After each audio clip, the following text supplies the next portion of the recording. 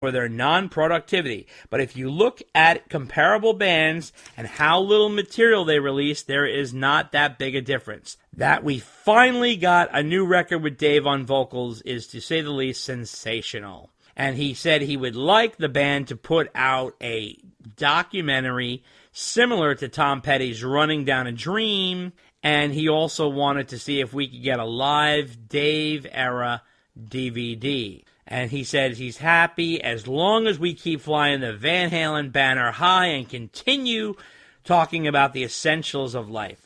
Mikkel Bowden. So, Mikkel. Okay, my friend in Sweden here. So, thank you so much for listening all the way from Sweden. That makes me very happy that we're all connected here, which is great. Dave-era live DVD. I got news for you, my friend. It exists. However, it's in the vault.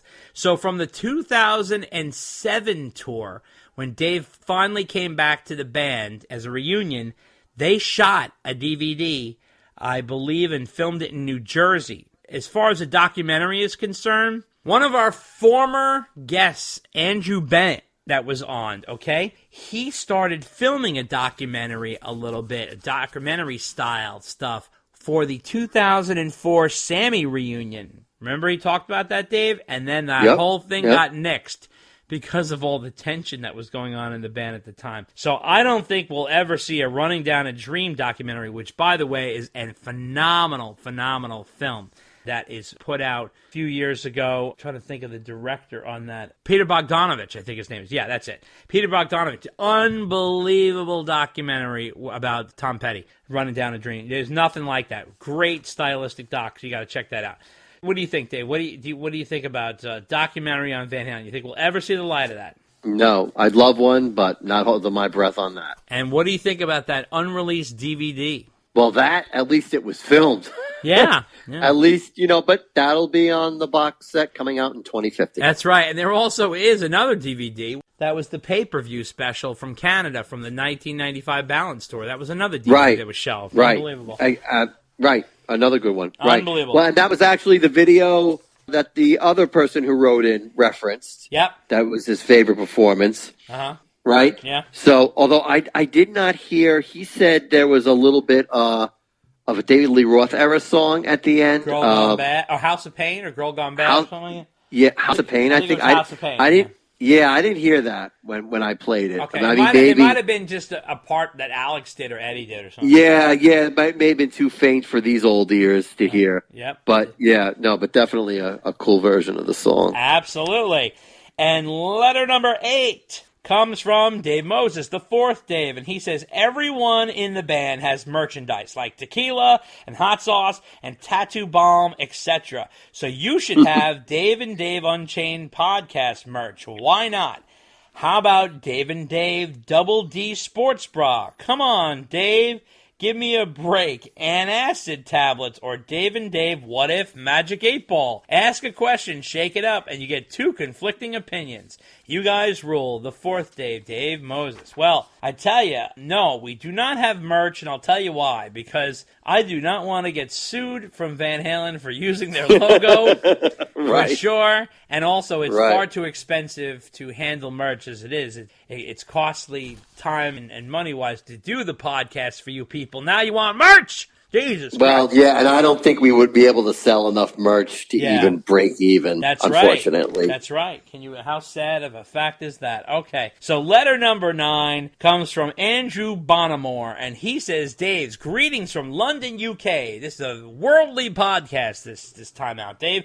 London, UK, and he says, long-time listener since the start of Dave and Dave Unchained. Love the show and have a question for you in the last episode with Ted Templeman. If Ted didn't want to produce Van Halen without Dave, and he believed it wasn't Van Halen, then why didn't he have the same view with the Doobie Brothers when the founder Tom Johnson left and Michael McDonald joined? In the book, he describes the chemistry between Tom and Pat and that they were the heart of the band's central songwriting. Why the different views? I still maintain Van Halen was unique due to the contributions of all members.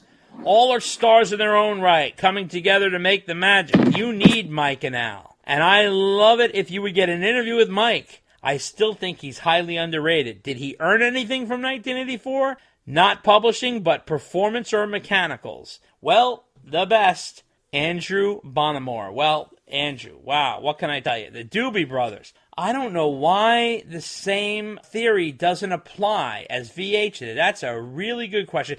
I mean, I got to be honest with you, I am no expert on the Doobie Brothers. I happen to like the Doobie Brothers. I actually happened to interview Tom Johnson at one point. He was actually a very, very nice guy. I don't know why he doesn't have that. I'd love to speak to Mike.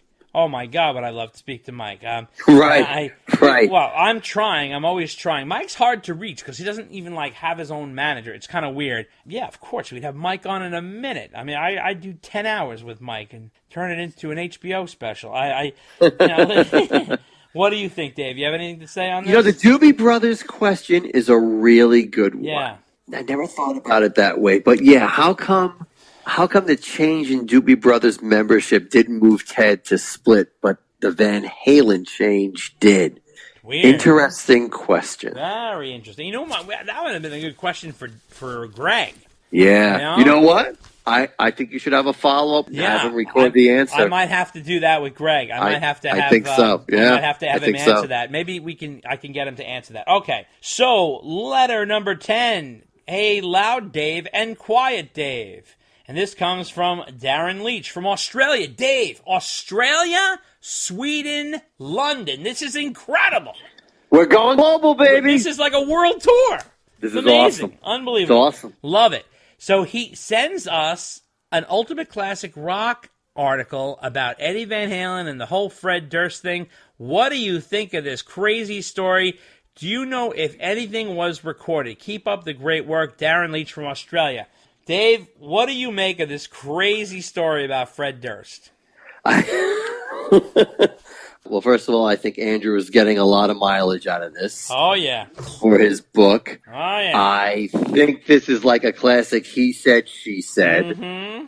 And everybody's trying to save face. And, look, I don't know. I wasn't there. But I don't think anyone's going to deny that Ed showed up in a tank with a gun. Yeah. I don't know if he pointed it at Fred. I don't know if he pointed it at one of Fred's people. Yeah. Whatever. It makes for a great story, at the least. That's right. Some of the details have been shrouded in time. That's right. But the basic thrust of the story is good enough to be told. That's for sure. That's for sure. And letter number 11 comes from Bob Antel. And he says, I'm a Van Halen fan from South Wales in the UK. Holy shit, Dave. Look at this. Unbelievable. This is such a global episode where Van Halen isn't really that big a deal except for those in the know. But what I do know is my band, Kamikaze Millionaires, keep Van Halen's dream alive. So 2 questions for you. I love all of Dave's solo stuff except for the barbecue thing he did. What the fuck? So I'd like your thoughts on his Filthy Little Mouth album. I really quite like it. It has a little bit of everything. It's not metal or even rock, but it's all Dave. And I kind of get the feeling that Dave really needed it to be a huge hit, and that's why it's so diverse, because he casted a wide net as large as possible, and he even brought in Nile Rodgers to write some hits. I'd love a review of all the tracks, and after reading Nile's book, he'd make a great interview, and I've never heard him talk about working with Dave. Happy trails, loving your work. Deutsch, he says, and that's goodbye in Welsh. Okay, Bob Antel. Well, Bob, I got some good news for you, bro. I will refer you to our episode number 34. This is episode 54. So episode 34, if you go back 20 episodes to episode 34, October 2018, we did an entire episode dedicated to Your Filthy Little Mouth. Dave and I talk about each song, the promotion of it, the timing of it, the breakdown of it, every little thing. I have an interview with Nile Rodgers on there. We have an interview with Terry Kilgore, the guitarist on the album. So definitely want to check that out. You can look it up on Spotify. You can look it up on iTunes. It is for free.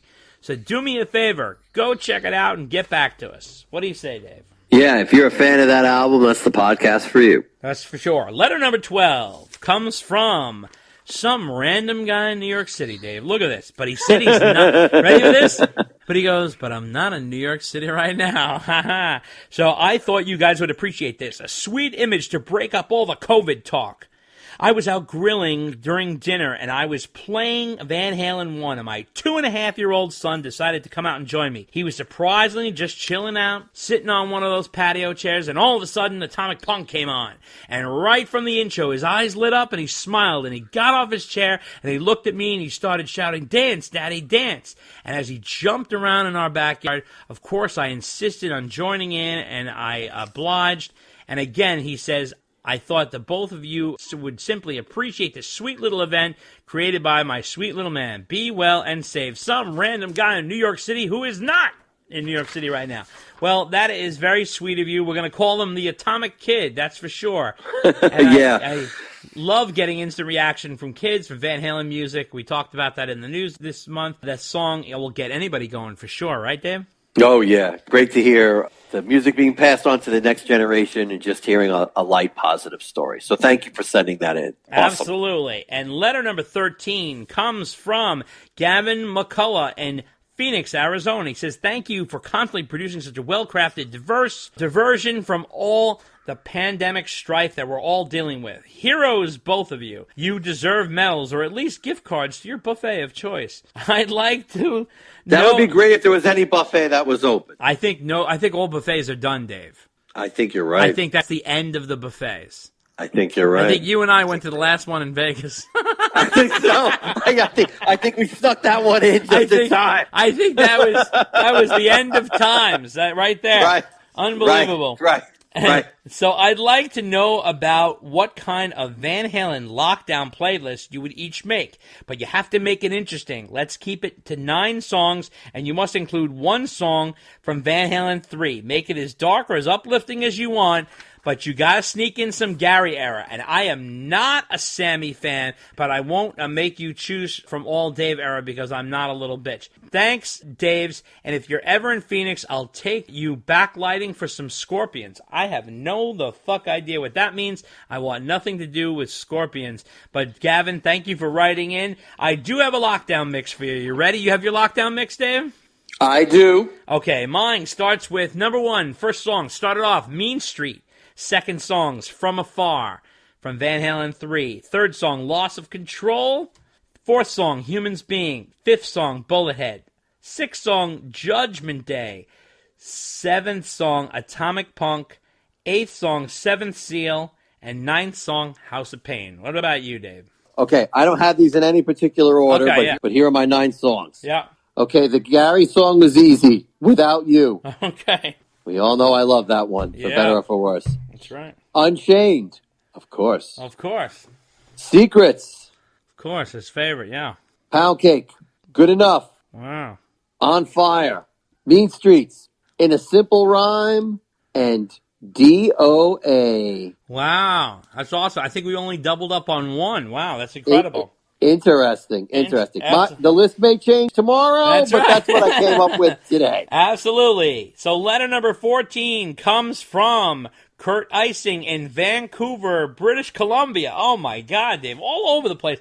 So letter number 14 said, I love the podcast. I came across some info on another show which you guys may have seen. It's Jude Gold from Guitar Player Magazine has a podcast, No Guitar is Safe. In a recent episode, guitarist David Hill, who is instructor at MI in Los Angeles, he describes attending a famous jam where Eddie Van Halen dropped in to play with Alan Holdsworth, and he recorded it and played some of it on the episode.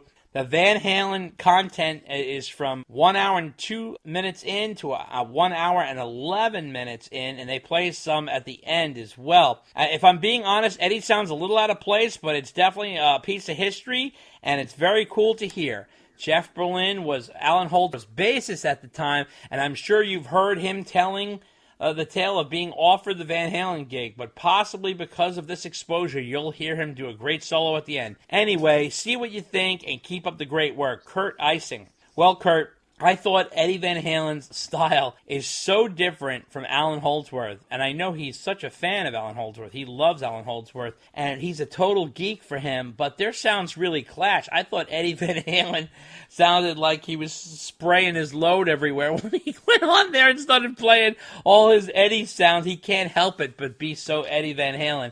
What did you make of this, Dave? So I didn't have a chance to listen to that particular clip, but Okay. I do have that on